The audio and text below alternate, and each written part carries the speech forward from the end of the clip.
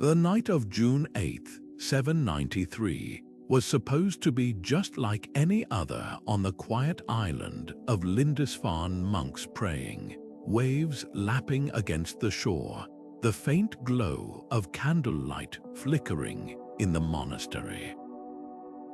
But then shadows moved on the horizon. Longships, sleek and silent, cut through the mist like knives. Before anyone could sound the alarm, the raiders were upon them, leaving shock and devastation in their wake. This wasn't just a raid, it was the opening strike of a new era, one where the Vikings would rewrite the rules of warfare and leave kings trembling at the mere whisper of their name. What made these Norse warriors so unstoppable?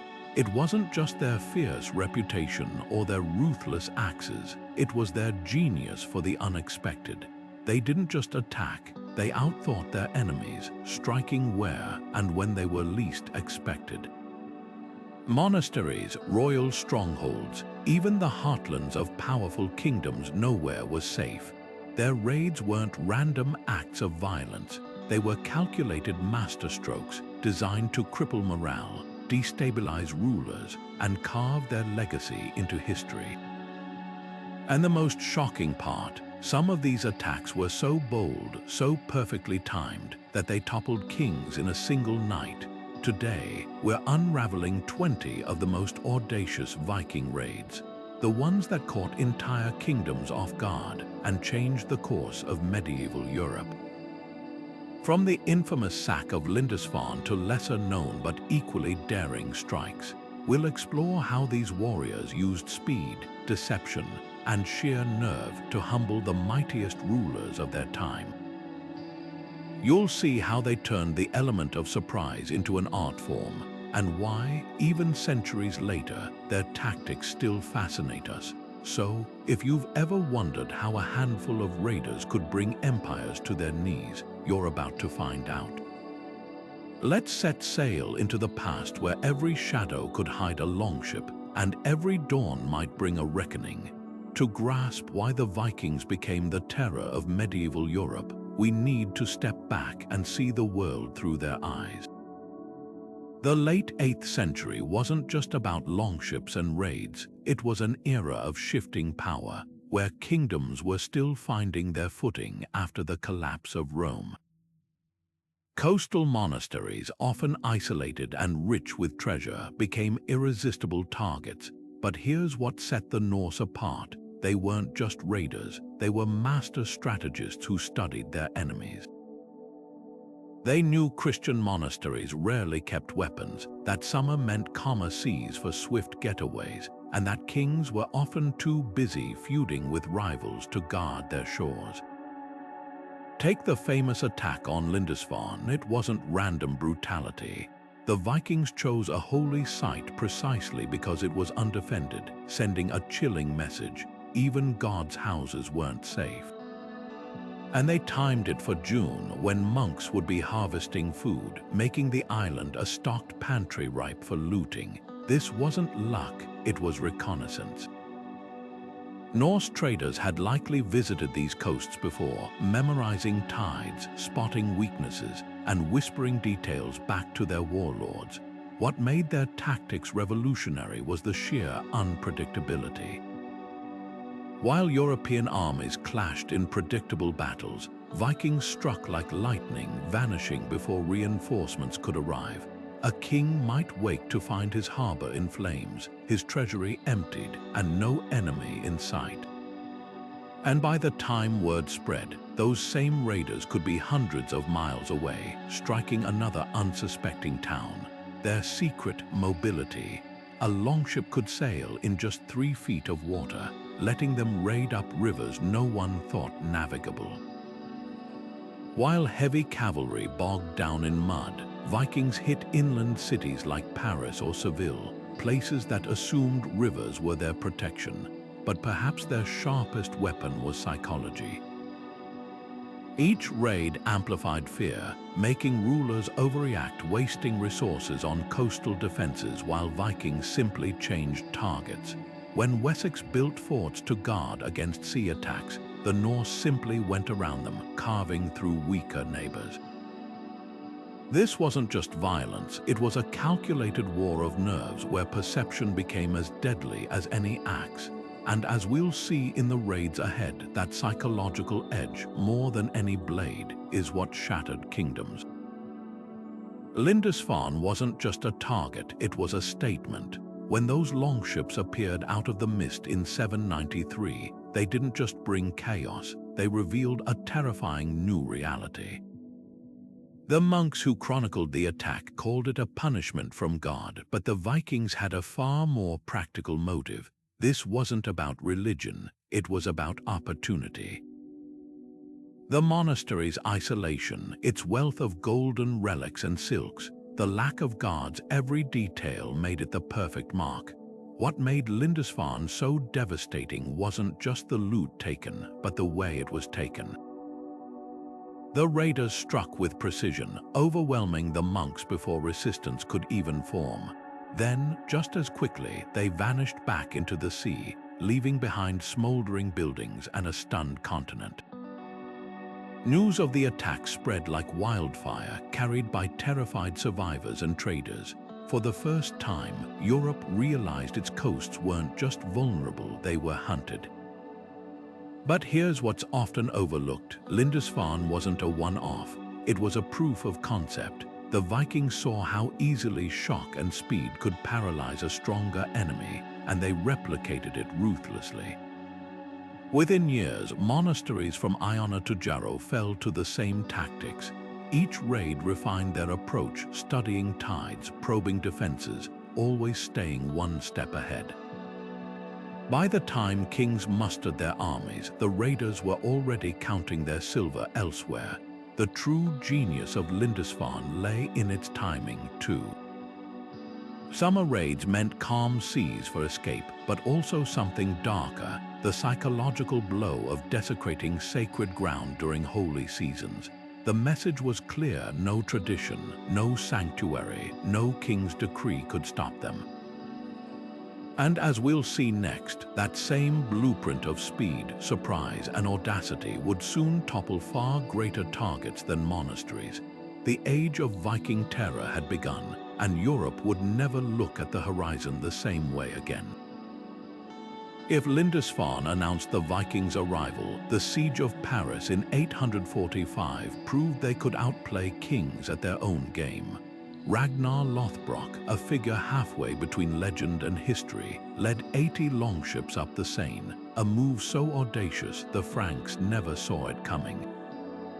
While Europe's rulers squabbled over borders, the Vikings exploited their disunity, turning political chaos into opportunity. Paris, the jewel of Charles the Bald's kingdom, was suddenly within reach, its walls trembling under the weight of Norse axes. What made this raid extraordinary wasn't just the scale. It was the psychological chess match that followed. Charles, desperate to save his capital, faced an impossible choice: fight and risk losing everything, or pay a price so staggering it would haunt his treasury for years. He chose the latter, handing over 7,000 pounds of silver, the equivalent of a king's ransom. But here's the twist: that payment wasn't just a defeat.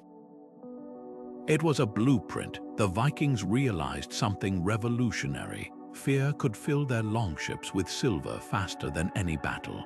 Why waste men storming walls when you could let terror do the work for you? The Paris raid also exposed a flaw in Frankish defenses no one had noticed before. Rivers, the lifeblood of trade and transport, became Viking highways. While Frankish cavalry struggled to patrol every bend of the Seine, Norse ships moved like shadows, striking deep inland before vanishing, and Ragnar's true brilliance. Timing: he attacked in March, when winter stores were running low and rivers swollen with meltwater made for easy sailing. This wasn't just brute force, it was a masterclass in exploiting geography and human nature. But perhaps the most lasting lesson came from Charles's reaction. By paying the Danegeld, the infamous Viking tax, he set a dangerous precedent. Word spread among Norse warlords. Frankish kings would rather bargain than fight. Within decades, the Seine became a toll road for raiders, each fleet demanding heavier payments. The Paris siege didn't just fill Viking coffers, it revealed the soft underbelly of European power. And as we'll see next, that same audacity would soon turn a sacred royal ceremony into a blood-stained spectacle, proving no occasion, no matter how holy, was safe from the Northmen's cunning. York should have been safe, nestled behind its Roman walls, guarded by two rival kings locked in a bitter civil war. The city seemed untouchable in 866. But the great heathen army saw opportunity where others saw only chaos. While Northumbria's rulers Osbert and Aella were busy fighting each other for the throne, the Vikings did something no one anticipated. They didn't just attack, they infiltrated. Norse traders had been moving through York for years, quietly mapping streets, noting gate weaknesses, and listening to tavern gossip about the king's feud. By the time the longships appeared on the River Ouse, it was already too late. The raid wasn't just a battle, it was a masterstroke of deception. The Vikings played both sides, promising one king an alliance against the other, then turning on them both when the city's defenses were in disarray. With York's leaders divided, the walls fell in hours, but the real shock came after the fighting. Instead of pillaging and leaving, the Vikings did the unthinkable. They stayed. They declared York their capital, minting coins and ruling for decades. This wasn't a raid anymore, it was a takeover. What made York so pivotal wasn't just the military victory, but the blueprint it created. The Vikings realized Europe's kingdoms were fragile, fractured by petty rivalries. By exploiting those cracks, they could conquer not just cities, but entire regions. And their timing was impeccable. The Civil War had drained Northumbria's resources, leaving its armies exhausted and its people desperate for stability, even if that stability came from foreign invaders. The Vikings offered order in exchange for submission, and to many, it was a better deal than endless conflict. But the most chilling lesson of York was how it revealed the limits of traditional defenses. Walls and armies meant nothing if the enemy already knew your weaknesses and how to turn your own people against you. By the time the great heathen army marched south, other kingdoms took notice. The age of Viking raids was evolving into something far more dangerous, Viking rule, and as we'll see next, their ambition wouldn't stop at England's shores. Across the Mediterranean, an even bolder target awaited, one that would prove no corner of Europe was beyond their reach. The rivers of Al-Andalus were supposed to be a barrier, not a highway. When Viking sails appeared on the Guadalquivir in 844, the Umayyad defenders of Seville could scarcely believe their eyes. These weren't just raiders, they were navigational pioneers who had done the unthinkable, sailing past the treacherous currents of Gibraltar into waters no Norse ship had ever breached. The Caliphate's coastal watchtowers, designed to spot Berber pirates, were useless against longships that moved like ghosts under cover of darkness. By the time the alarm sounded, it was too late. The Vikings had already burned the suburb of Tablada and were storming the city's heart. What made Seville so shocking wasn't just the distance traveled, it was the Vikings' ability to adapt. Facing an enemy with no knowledge of their tactics, they exploited the Umayyads' assumptions. Muslim chroniclers wrote of giant, pale-skinned demons wielding fire and axes, but the truth was far more calculated. The raiders had studied Andalusian trade routes, timing their attack to coincide with the harvest season, when warehouses were full and guards distracted. They even used captured fishermen as guides, turning local knowledge against the defenders. Though the Umayyads eventually rallied and drove the Vikings back, the raid left an indelible mark. For the first time, Europe's southern powers realized their geography wasn't a shield. The Norse had proven they could cross the known world from frozen fjords to sun-baked Iberia and strike anywhere. But the real lesson lay in their retreat. Instead of fleeing north, survivors vanished into the Atlantic, resurfacing months later to sack Lisbon. This wasn't a defeated force, it was a hydra with each head striking anew. Seville also revealed a critical Viking advantage. Their ships were more than transport, they were mobile fortresses. While Umayyad cavalry scrambled to defend the coast, the longships simply shifted targets, escaping upriver or fading into fog. The Caliphate spent fortunes building coastal defenses, only for the Vikings to bypass them entirely the next season. And as we'll see next, that same unpredictability would soon bring one of England's most fortified cities to its knees, proving even stone walls were no match for Norse ingenuity. Winchester was the crown jewel of Wessex, a bustling trade hub, a royal residence, and a symbol of Saxon power. But in 860, when King Ethelbert's army marched north to deal with a Mercian border dispute, the Vikings saw their chance.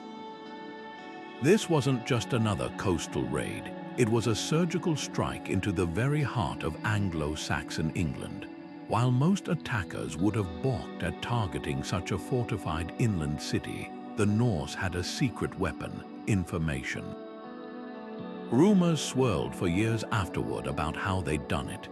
Some said captured Saxon fishermen had been coerced into revealing river approaches. Others whispered that disgruntled merchants, tired of royal taxes, had traded secrets for promises of leniency. Whatever the truth, the Vikings moved with unsettling precision.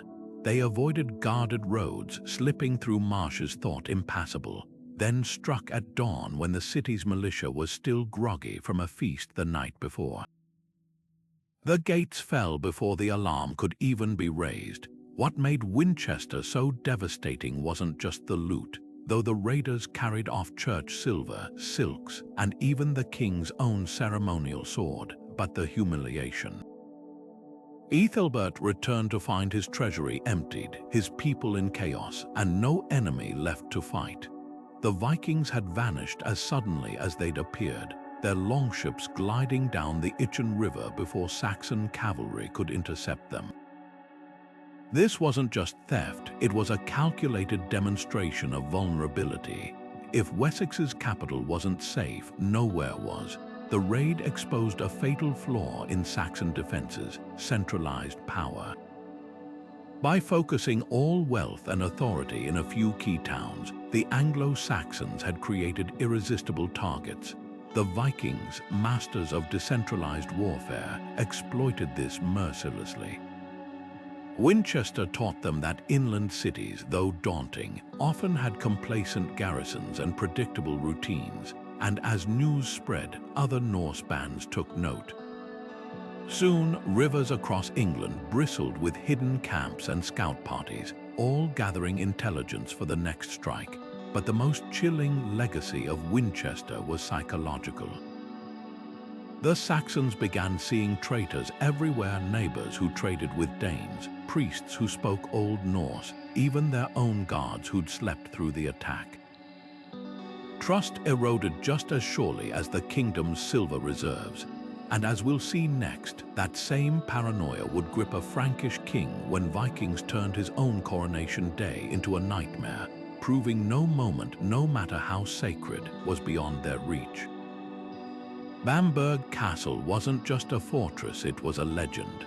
Perched on a windswept cliff overlooking the North Sea, its sheer sandstone walls had repelled invaders for generations.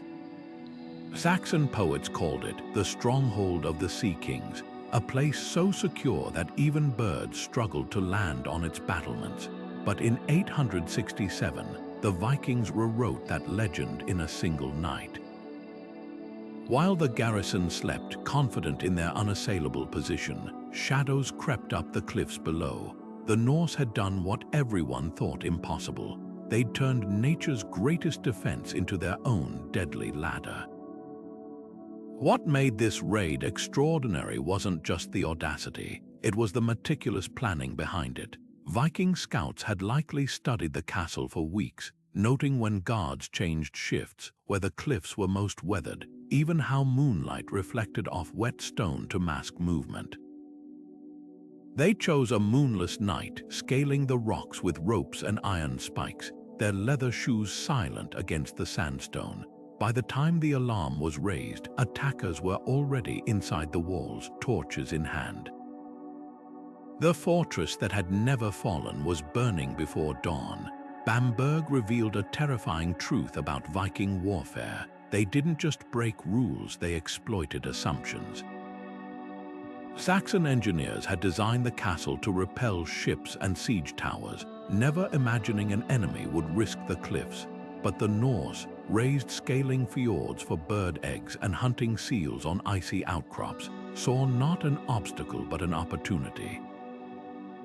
This was siegecraft turned inside out instead of battering walls. They rendered them irrelevant.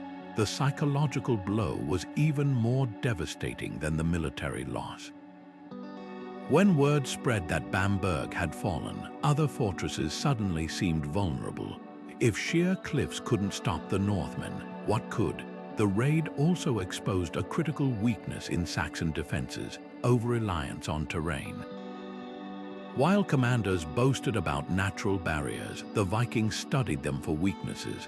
Soon, other coastal strongholds reported strange fires on distant hills, likely Norse scouts testing sightlines for future attacks. But perhaps the most lasting lesson came after the battle. Instead of holding Bamburgh, the Vikings stripped it bare and abandoned it. This wasn't about conquest, it was about proving a point. They wanted kingdoms to know no stronghold was safe, no defense unbreakable. And as the next raid would show, that same ruthless ingenuity could topple not just castles but entire dynasties. When Vikings turned their attention to the Frankish coast, they wouldn't just take a fortress, they'd take a king's pride. Dorstad was a merchant's dream. Crowded wharves piled high with Frankish wine, Frisian wool, and Arab silver, a hub where the Rhine and North Sea trade routes converged. For the Vikings, it wasn't just a target, it was a living treasury pulsing with wealth and woefully unprepared for what came in 834. While most raiders would have been satisfied with a single strike, the Norse returned to Dorstad again and again, not just to plunder but to dismantle. They didn't just take wealth, they choked the lifeline of Carolingian commerce, turning prosperity into panic. The secret to their success, precision timing. By striking during the harvest season, they exploited two critical weaknesses. First, warehouses were overflowing with freshly gathered grain, wool, and wine goods ripe for the taking. Second, the town's militia was scattered across the countryside, either bringing in the harvest or guarding fields from bandits. The Vikings didn't just attack, they hijacked an entire economic cycle, leaving Emperor Louis the Pious with a bitter choice: divert troops to defend trade hubs and risk food shortages, or let the raids continue and watch his empire's wealth evaporate. But the real genius lay in their restraint. Unlike the all-consuming fury of Lindisfarne, the raids on Dorstad were calculated, almost rhythmic. They'd strike, withdraw, then return just as repairs began, a tactic that kept the town perpetually off balance. Merchants fled, prices skyrocketed, and the once bustling docks fell silent. The Carolingians learned the hard way that Vikings didn't need to occupy land to control it. By dominating the rivers, they held a knife to the throat of Frankish trade without ever needing to conquer a single fortress. This was economic warfare centuries before the term existed. Every burned warehouse, every stolen shipment sent shockwaves through markets as far as Rome and Baghdad. The silver drained from Dorstad didn't just fill Norse chests, it starved Frankish mints, weakening Louis's ability to pay his own armies. And the Vikings took note. Soon, other trade centers, Quentovik, Rouen, Antwerp, faced the same fate. The message was clear. In this new era, wealth wasn't just something to protect. It was a vulnerability waiting to be exploited. Now let's turn to a raid where faith itself became a weapon. When Vikings stormed the monastery of St. Philibert in Monastery in 819, they didn't just seek gold. They targeted the very heart of Christian devotion, using sacred calendars against the monks who followed them. The attack wasn't merely violent, it was a grim parody of divine judgment, timed to the hour of prayer when the gates stood unguarded and voices raised in chant drowned out the sound of approaching oars. The Feast of St. John should have been a day of celebration in Nantes, crowds gathering in the cathedral square, candles flickering in procession, the bishop's voice rising in prayer. But on June 24, 843, the Vikings turned piety into carnage. They didn't just attack the city, they weaponized its holiest hour. While worshippers packed the streets unarmed and unguarded, longships slipped up the Loire under cover of dawn. By the time the alarm sounded, it was too late. Raiders flooded the square, cutting down clergy mid-chant, dragging bishops from the altar, and setting fire to churches with their own ceremonial candles. What made Nantes so chilling wasn't just the violence, it was the symbolism. The Vikings didn't merely sack a city, they desecrated its sacred heart. By timing the raid to a major feast, they ensured maximum terror. Survivors spoke of Northmen dressed in stolen vestments, mocking baptism with bloodied hands, turning sacred rites into grotesque theater. This wasn't random brutality, it was psychological warfare crafted to shatter morale. When word spread that even God's protection had failed, panic rippled through neighboring towns. Some monasteries emptied before the first Viking ship appeared, their monks fleeing inland with relics clutched to their chests. The raid also exposed a fatal flaw in Frankish defenses: predictability. The Norse knew Christian calendars as well as any priest. While local lords rotated guards for harvests or wars, holy days remained fixed and vulnerable. Churches, usually sanctuaries, became death traps as crowds bottlenecked in narrow doorways, and the aftermath was even more devastating. With the bishop dead and the cathedral in ruins, Nantes spiraled into chaos. Without spiritual leadership, survivors questioned whether divine wrath had allowed the attack, weakening resistance before the next raid even began. But the true legacy of Nantes lay in its ripple effects. Other Viking bands quickly adopted the tactic, targeting Santiago de Compostela during pilgrimages and Canterbury on Easter Sunday. Soon, no holy day was safe. Bishops begged kings for protection, diverting soldiers from borders to guard churches, exactly what the raiders wanted. By forcing rulers to scatter their forces, the Norse made entire kingdoms easier prey. Now, across the Irish Sea, a different lesson awaited. When Vikings raided the monastic city of Armagh in 869, they didn't just exploit sacred timing, they turned Ireland's greatest strength against it. The island's famed network of monasteries, once centers of learning and wealth, became a roadmap for destruction. And this time, the raiders wouldn't just leave with loot, they'd rewrite a kingdom's destiny.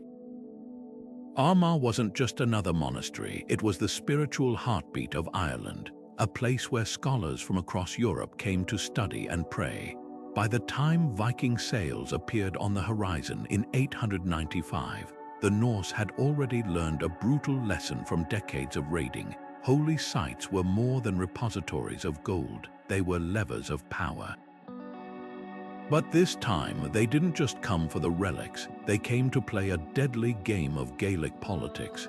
What set Armagh apart was the Vikings' grasp of Ireland's fractured landscape. Local kings, locked in endless feuds, often cared more about outmaneuvering each other than defending shared sanctuaries. The raiders exploited this brilliantly, cutting deals with some clans while crushing others. When they stormed the city, it wasn't just a blind assault, It was a calculated strike backed by intelligence gathered from disgruntled chieftains. Some even whisper that rival Irish leaders pointed the Vikings toward Armagh's weakest gates, trading their homeland's sacred heart for a chance to humble a foe. The aftermath revealed the true depth of their strategy. Instead of vanishing with their plunder, the Vikings lingered, extracting tribute from terrified clerics and using their newfound wealth to fund permanent settlements along the coast. They'd transitioned from raiders to power brokers, turning Armagh's fall into a foothold for dominating Ulster. Gaelic annals record the grim irony. Norse warlords began arbitrating disputes between Irish kings, their authority cemented by the very chaos they'd helped create. But the most startling innovation came next. While most armies hibernated in winter, the Vikings prepared to shatter another assumption, that freezing rivers and bitter winds made cold weather raids impossible. Their next target wouldn't just test endurance, it would rewrite the rules of medieval warfare. The Thames was supposed to be frozen solid, a natural barrier locking Vikings out until spring. But in 851, the river became their greatest ally. While Anglo-Saxon guards huddled around hearths, convinced no sane invader would brave the bitter winter, Norse sails appeared through the icy mist. For the first time in history, Vikings didn't just raid England, they wintered there, turning seasonal warfare on its head. This wasn't just endurance, it was tactical genius. The Saxons had spent generations perfecting summer defenses, mustering levies after planting season, patrolling coasts when weather allowed, but winter. Kings dismissed their armies to conserve food, leaving towns guarded by skeletal crews. The Vikings exploited this blind spot with terrifying precision. Camped on Thanet Island, they didn't just survive the cold, they thrived, using frozen rivers as highways for their sledges while Saxon reinforcements struggled through snow-choked roads. When spring finally came, the shock wasn't just that Vikings had stayed, it was what they'd learned. Months of scouting revealed something game-changing. Royal armies moved slower than rumor. By the time King Ethelwulf's forces arrived, the raiders had already split into smaller bands, some feinting toward Canterbury, while others looted undefended manors in Surrey. The Saxons, trained for pitched battles, found themselves chasing shadows across half of Wessex, but the real masterstroke came at a clear. Instead of fleeing, the Vikings turned to face Ethelwulf's army, but on their terms. They chose a battlefield flanked by frozen marshes, where heavy Saxon shields bogged down in slush while nimble Norse attackers skated across the ice. The victory wasn't just military, it was psychological. If Vikings could outfight and outlast them even in winter, when could England ever be safe? The frozen Thames raid rewrote the rules of engagement. No longer bound by fair weather, Viking bands began overwintering from Dublin to the Seine, using the off-season to repair ships, gather intelligence, and strike before crops could be planted. Kings now faced a nightmare, defending year-round with dwindling resources while their enemies grew bolder in the cold. And as we'll see next, that same relentless adaptability would soon be turned against one of Europe's most sacred sites, where the Norse wouldn't just defy seasons, but divine wrath itself. Alfred the Great's victory at Eddington in 878 should have been the end of Guthrum's Viking army, a decisive blow that shattered their morale and scattered their forces. But as the Saxons celebrated, something extraordinary happened. While most defeated armies would have been hunted down or surrendered, this war band didn't just retreat, they vanished. Under cover of darkness, Guthrum's surviving warriors melted into the marshes, commandeered hidden longships, and slipped down the Avon River to the sea. By the time Alfred's scouts realized they were gone, the Vikings were already regrouping on the Essex coast, licking their wounds and plotting their next move. This wasn't just a retreat, it was a masterclass in survival. The Vikings had turned their greatest weakness, being outnumbered, into an advantage. Lightly armored and unburdened by supply trains, they moved faster than Alfred's heavy infantry could follow. Their knowledge of tidal rivers and hidden inlets, gathered over years of raiding, became their lifeline. While Saxon chroniclers wrote of glorious triumph, the truth was more unsettling. Alfred had won the battle, but the Vikings kept the war alive through sheer mobility. What made Eddington so revealing was how it exposed the limits of conventional victory. Alfred had outmaneuvered Guthrum tactically, but he couldn't eradicate the Viking threat entirely. The sea, that vast highway of longships, remained their escape route and their sanctuary. Even in defeat, they held the ultimate trump card, the ability to disappear, regroup, and return when least expected. Within months, Guthrum's forces were raiding again, not in Wessex but along the Thames, forcing Alfred to divide his attention. The raid's real lesson lay in its aftermath. Instead of pressing his advantage, Alfred made peace with Guthrum, baptizing him and ceding land in what would become the Danelaw. Some historians argue this wasn't just mercy, it was cold calculation. The king had seen firsthand how Vikings could evade annihilation, and he knew chasing them would bleed his kingdom dry. Better to turn an enemy into a neighbor than fight a war with no final victory. Now let's turn to a raid where betrayal, not mobility, decided the outcome. When the Vikings returned to Wessex in 901, they didn't come by sea or surprise attack. They were invited. A disgraced Saxon noble, eager to reclaim lost status, would hand them the keys to the kingdom's weakest point, proving that sometimes the deadliest weapon wasn't an axe but a traitor's whisper. Wareham was supposed to be safe. After Alfred the Great's forces cornered a Viking war band in 876, the Norse did something unexpected. They sued for peace. But this was no ordinary surrender. The Viking leaders arrived bearing sacred relics, swearing solemn oaths not to attack Wessex again. They clasped holy rings, invoked the names of their gods, even allowed Saxon priests to baptize them as gestures of goodwill. Alfred, ever the pragmatist, accepted their pledges and let them withdraw.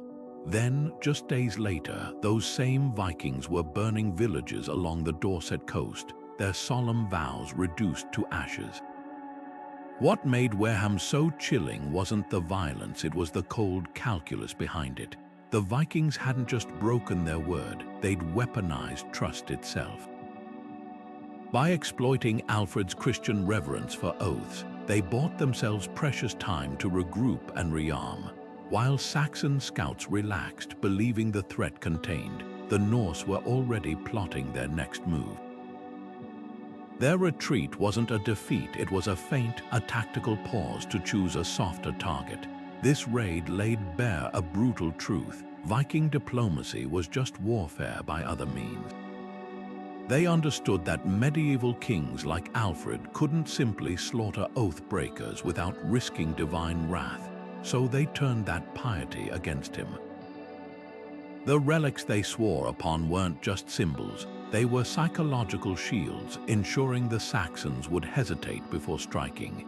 And when the Vikings finally struck again, they did so with a new advantage, the element of surprise, reforged from the very promises meant to ensure peace. But Wareham's real lesson lay in its aftermath. Alfred didn't just rage at the betrayal, he adapted. Future treaties would include hostages, fortified borders, and harsh penalties for broken vows. The Vikings, in turn, grew even craftier, mixing genuine alliances with false ones to keep enemies off balance. It was a deadly dance of deception where today's ally could be tomorrow's attacker, and no oath was sacred unless backed by steel. Now prepare for a twist even the Norse couldn't predict. When their fleet next sailed into Saxon waters, they wouldn't face Alfred's army on open water. They'd meet a naval ambush so audacious, it would rewrite the rules of coastal warfare. Ships wouldn't just clash, they'd burn, and the sea itself would become a battlefield. The waters off Esvolda should have been a death trap for the Vikings, a narrow strait where Norway's King Olaf Tryggvason could pin them against the shore with his superior fleet. But in the summer of 1000, the Norse commanders did something no one expected. They turned their greatest weakness into a weapon. Instead of forming a defensive line, they scattered, feigning panic as Olaf's ships gave chase. To the Norwegian king, it looked like victory was moments away. Then, with a chorus of war horns, the trap snapped shut. Hidden behind rocky outcrops, allied Danish and Swedish vessels surged forward, cutting off Olaf's retreat while the fleeing Viking longships wheeled around to attack from the flanks. In minutes, the sea became a killing zone. What made Esvolda so devastating wasn't just the battle, it was the deception. The Vikings had studied Olaf's pride, knowing he'd never resist pursuing what seemed like a broken enemy. They exploited the chaos of naval combat, where shifting winds and crashing oars made coordination impossible once the fight began. Olaf's flagship, the towering Long Serpent, became a death trap as allied ships swarmed it from all sides. By the time the king realized his mistake, his fleet was already splintered, his warriors drowning under the weight of their own armor. This was naval warfare reimagined. While most medieval battles relied on brute force, the Vikings treated the sea like a chessboard. Their feigned retreat wasn't just a tactic, it was psychological warfare designed to make overconfidence as deadly as any axe. And the aftermath proved even more consequential. With Olaf dead, Norway fractured into rival factions, allowing Danish and Swedish rulers to carve up his kingdom. Esvolda didn't just win a battle, it redrew the map of Scandinavia. Yet the most revealing lesson lay in the details. Survivors reported Viking crews using grappling hooks not to board ships, but to tangle oars, turning enemy vessels into unsteerable targets. Others described how Norse archers aimed not at warriors, but at rigging, sending sails crashing down to trap crews beneath them. This wasn't random violence, it was a surgical dismantling of naval power, piece by piece. Now shift your gaze southward, where faith and greed collided on Europe's pilgrimage roads. When Vikings targeted the sacred route to Santiago de Compostela in 958, they weren't just robbing travelers, they were exploiting a highway of devotion where gold flowed as freely as prayer. Monks called it sacrilege, the Norse called it opportunity.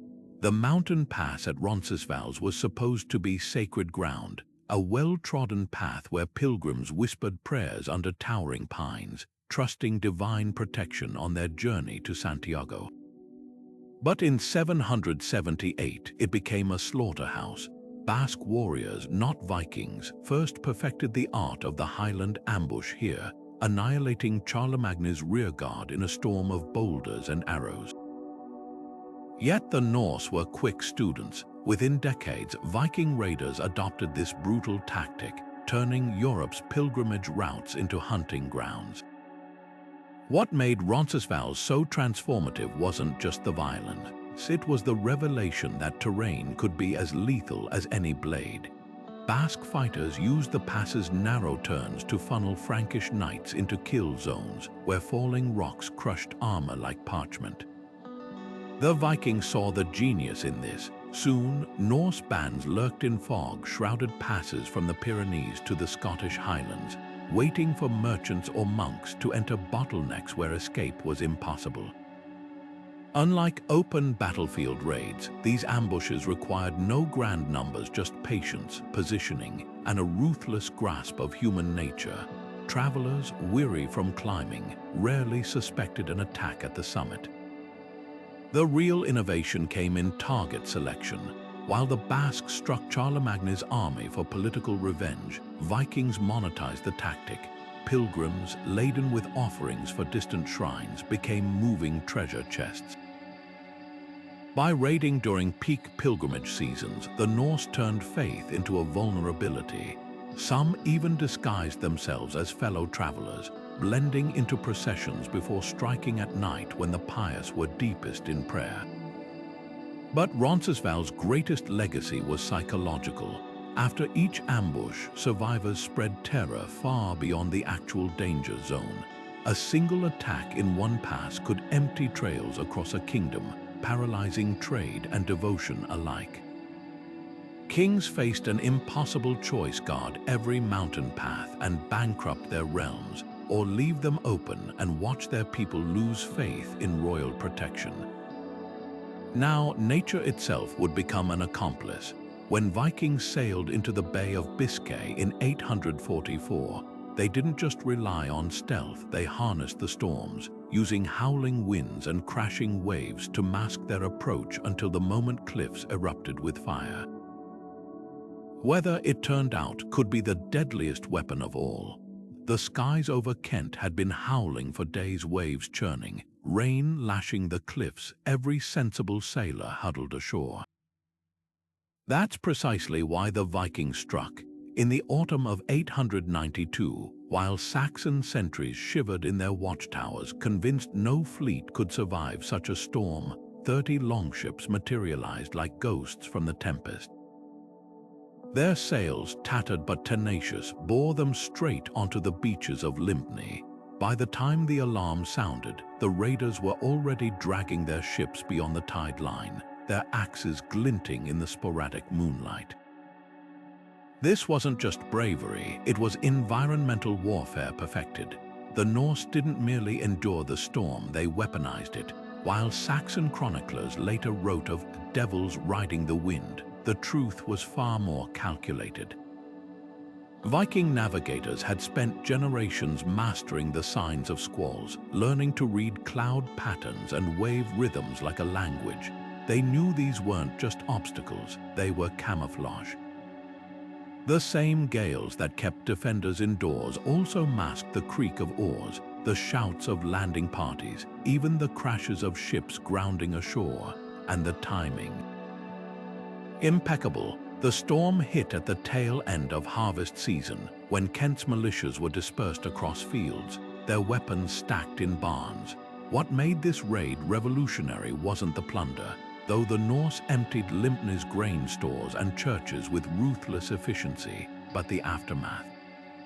Instead of fleeing, they fortified. Using storm-wrecked timber and stolen tools, they built a makeshift stronghold right on the beach, turning nature's chaos into their own fortress. When Saxon reinforcements finally arrived, they faced not just raiders, but a settled enemy dug into the very land they'd come to defend. The message was clear: to the Vikings, no condition was too harsh to exploit. Rain, wind, even the wrath of the sea itself could be bent to their will. Yet the most chilling lesson lay in what followed.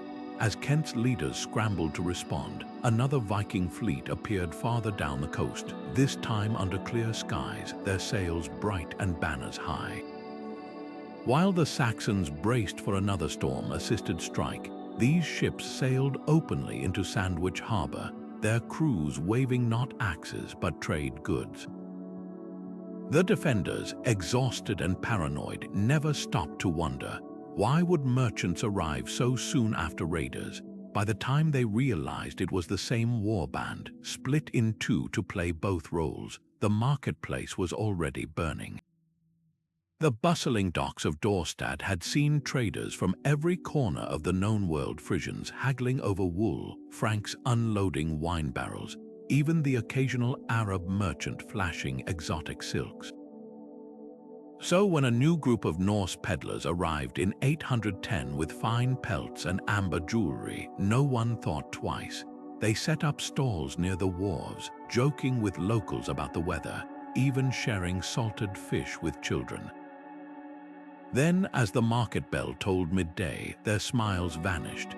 Hidden beneath cloaks and cartloads of goods were axes, swords, and shields, all drawn in one terrifying motion.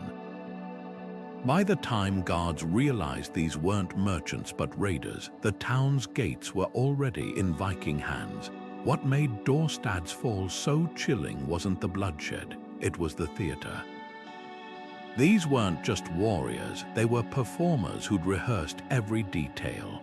Their disguises went beyond costumes, they adopted merchant mannerisms, learned local dialects, even mimicked the way Frisian traders counted coins.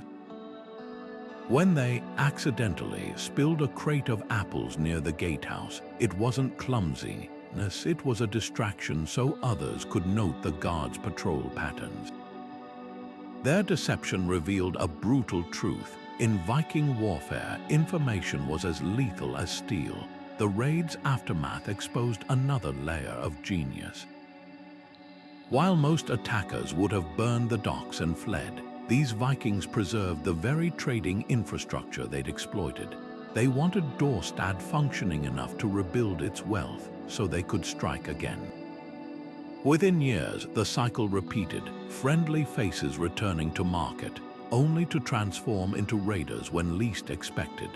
Towns across Frisia began viewing every foreign trader with suspicion, strangling the commerce that fed their economies. Fear, the Vikings proved, could starve a kingdom as surely as any siege. Now prepare for a strike where darkness itself became an ally. When Vikings descended on the monastery of St. Philibert under a moonless sky in 819, they didn't just attack, they weaponized the night, turning sacred vespers into a chorus of screams. Their mastery of shadow warfare would rewrite the rules of monastic defense forever. The moon hung low over the Italian coast when the longships glided ashore near Luna in 860. To the weary Viking crew, the marble walls glinting in the pale light could only mean one thing: they'd found Rome, the legendary city of gold. In truth, they stood before a modest trading town, but what followed would become legend. While the citizens slept, shadows moved against the stone. Using iron hooks and ropes woven from stolen ship rigging, the raiders scaled the walls like spiders, their bare feet finding cracks even birds couldn't nest in. By dawn, the gates were open, the streets ran red, and the Vikings realized their mistake, but it hardly mattered. What made Luna unforgettable wasn't the plunder, it was the sheer theatricality of the era. These were warriors who'd crossed stormy seas based on half-heard tavern tales of Rome's riches, so confident in their destiny they never doubted the first grand walls they saw. Yet even in their miscalculation, they exposed a deeper truth. Viking ambition knew no limits. If they could mistake a provincial town for the heart of Christendom and still sack it with flawless precision, what couldn't they conquer? News of the raid spread like wildfire, with each retelling inflating Luna's stature until terrified peasants whispered of Norse armies storming the Vatican itself. The raid also revealed an unexpected vulnerability. European geography was a mystery to the Vikings, but their improvisation turned ignorance into strength. Lacking maps, they relied on local captives for directions, turning shepherds and merchants into unwilling guides. When one prisoner mocked their confusion, calling Luna Rome's poor cousin, the Norse simply laughed and raised their drinking horns higher. They'd come for glory, not geography lessons, but Luna's greatest legacy lay in its aftermath. Far to the north, a Frankish king named Charles the Bald heard the tales and saw an opportunity. If Vikings could be lured by myth, perhaps they could be trapped by it too. His revenge wouldn't come with swords or shields, but with something far more potent, a carefully crafted lie. Now prepare for a twist where deception becomes a two-edged sword. When Charles's agents began whispering of an even richer prize, a river of silver flowing through the Alps, they didn't just set a trap. They ignited a feud that would prove some Viking leaders were just as cunning as the kings they preyed upon. The Viking camp at Stamford Bridge was alive with laughter and boasting on that crisp September morning in 1066. Hardrada's warriors, fresh from their victory at Fulford, lounged by the river Derwent without armor, some even swimming in the shallows to cool off. They'd left half their force miles away with the ships, certain the English were too scattered and exhausted to retaliate. Then the horizon darkened. Not with storm clouds with spears, King Harold's army had covered 200 miles in just 4 days, a march so brutal horses reportedly collapsed beneath their riders. When the first Saxon banners appeared, the Vikings must have thought it a mirage. By the time they scrambled for their shields, Harold's huscarls were already crashing into their ranks. What made Stamford Bridge so extraordinary wasn't just the battle, it was the poetic justice. Vikings, the undisputed masters of surprise, found themselves ambushed on their own terms. The narrow bridge became a death trap as a lone Norse axeman held off the entire English advance long enough for his comrades to form a shield wall. But Harold's men adapted, circling downstream to flank them, while others reportedly pulled planks from a nearby farmhouse to cross the river elsewhere. It was a Viking tactic turned against them, improvisation under pressure. By sunset, Hardrada and Tostig lay dead, their once invincible army shattered. The raid's aftermath revealed a deeper shift. Unlike previous defeats where Vikings regrouped at sea, this time there was no comeback. Harold's crushing victory coincided with William the Conqueror's landing in the south, forcing England to fight on 2 fronts, but the Norse threat never recovered. Stamford Bridge marked more than a military loss. It symbolized the end of an era. Viking Age rulers like Cnut had once sat on England's throne, but now their descendants were becoming Christian kings, their raiding roots fading into legend. Yet the most fascinating legacy lies in what survived. Viking tactics, speed, deception, psychological warfare outlasted their longships. Norman conquerors would adopt these very strategies to secure their rule, while English kings kept standing armies to prevent another Stamford Bridge in reverse. The Norse didn't just leave ruins and sagas, they reshaped the DNA of European warfare. And as we'll see next, their influence stretched far beyond battlefields, weaving into law, trade, and even the words we speak today. The Vikings didn't just leave scars on medieval Europe, they rewrote the playbook of warfare itself.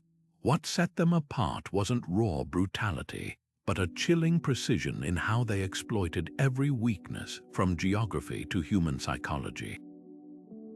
Their raids followed patterns so effective, they forced kings to rethink everything: how castles were built, how armies moved, even how information was guarded. Take their use of speed. While most medieval armies lumbered behind supply trains, Viking warbands traveled light, striking before word could spread. A Frankish chronicler once described them as a storm that arrives before the clouds. By the time villagers spotted sails, the attack was already underway. This mobility reshaped defenses across Europe. Coastal watchtowers sprouted like mushrooms after rain, and kings began stationing fast response cavalry near vulnerable riverways. The very design of castles evolved, with thicker walls and deeper moats, not just to withstand sieges, but to delay attackers long enough for reinforcements to arrive, a direct response to Viking hit-and-run tactics. Their intelligence networks were equally revolutionary. Norse traders doubled as scouts, memorizing tidal patterns, counting garrison numbers, even noting when harvests would fill granaries. Before the raid on Paris in 845, Viking spies reportedly posed as merchants for months, learning which bridges were weakest and which noble feuds might distract the city's defenders. This emphasis on reconnaissance echoes today in special forces operations, where understanding the enemy's routines can mean the difference between success and disaster. But perhaps their most enduring weapon was fear. By striking sacred sites during holy days or vanishing into winter storms when armies hibernated, they created a mythos of invincibility. Saxon mothers told children the Northmen could turn invisible in fog. Frankish bishops claimed they'd made pacts with dark forces. This psychological warfare was intentional. Why waste warriors storming a wall when terror could make defenders surrender without a fight? Modern militaries still study this principle, using unpredictability to paralyze stronger opponents. Even their failures became lessons. When Alfred the Great defeated Guthrum at Eddington, the surviving Vikings didn't just flee, they adapted, shifting to guerrilla tactics that forced Alfred to create the first English navy. This flexibility, this refusal to fight the same way twice, is why their influence outlasted their era. From the blitzkrieg tactics of World War II to today's drone warfare, the core principles remain: strike fast, know your enemy, and let doubt do half your work. The Vikings may have traded their longships for history books, but their strategic DNA still marches on. From the first shockwaves at Lindisfarne to the last defiant stand at Stamford Bridge, these 20 raids paint a portrait of the Vikings not as mindless barbarians, but as the medieval world's most brilliant asymmetrical tacticians. What set them apart wasn't raw strength, it was their relentless curiosity. They observed coastal tides like mathematicians, memorized feast days like scholars, and mapped political rivalries like diplomats. While kings built walls, the Vikings studied currents. When armies drilled for open battle, raiders practiced scaling cliffs in darkness. Their greatest weapon wasn't the axe, it was the ability to see opportunities where others saw only obstacles. Consider how they turned Europe's very geography against itself. Rivers, the lifeblood of trade and transport, became Viking highways. Monasteries, placed on isolated islands for spiritual reflection, transformed into irresistible treasure chests. Even the calendar became their ally. Holy days meant unguarded churches. Winter meant frozen rivers for swift escapes. Harvest season meant granaries bursting with easy plunder. They didn't just exploit weaknesses, they redefined what weakness could be. A king's pride in his impenetrable castle. That was a vulnerability when Vikings bypassed it entirely to burn his undefended villages. A bishop's trust in divine protection. That was an invitation to strike during Vespers. Yet their most enduring legacy lies beyond tactics. It's in how they forced civilizations to evolve. Alfred the Great's navy, Charlemagne's coastal watchtowers, the fortified bridges of Paris, all were direct responses to Viking ingenuity. Even today, modern militaries study their principles: the value of mobility over mass, the power of psychological operations, the importance of turning an enemy's assumptions against them. The Northmen proved that victory doesn't always go to the strongest, but to those who can think differently. So the next time you hear the word Viking, don't just picture horned helmets and burning villages. Remember the strategists who outthought empires with nothing but wooden ships and relentless creativity. Their saga isn't just written in ruins, it's etched into the very fabric of warfare itself. And if you're hungry to uncover more of history's untold masterminds, from Mongol horse lords to Renaissance siege engineers, you know where to find us.